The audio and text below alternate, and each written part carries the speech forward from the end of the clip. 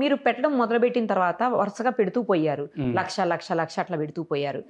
రావడం తగ్గిపోయింది. ఉమ్. మొత్తం పోతూనే ఉన్నాయి. ఉమ్. అప్పుడైనా మీకు అర్థం కాలేదా? అట్లా అర్థం కాదమ్మా. అట్లా పోవటం అంటే ఇవాళ ఒక 50,000 పెట్టాను, ఓకే. పోయాయి. ఉమ్.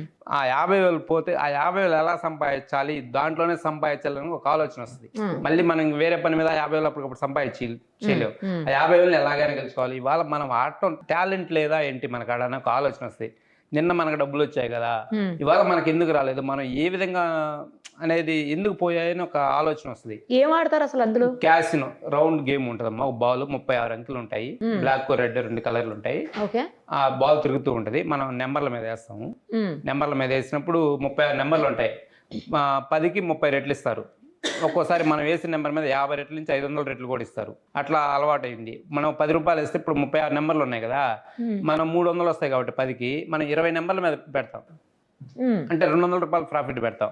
మనం 20 నెంబర్లు ఏదో ఒకటి పడద్దు కదా, ఒక గెస్ట్ మనం ఒక ఊహ ఏర్పడి 20 నెంబర్ల మీద పెడతాం. 200 రూపాయలు వస్తే 300, పోతే 200. ఇప్పుడు 200 పోయినాయి, మళ్ళీ 400 పెడతాం. 400 పోయినాయి, పెంచుకుంటూ పోతాం.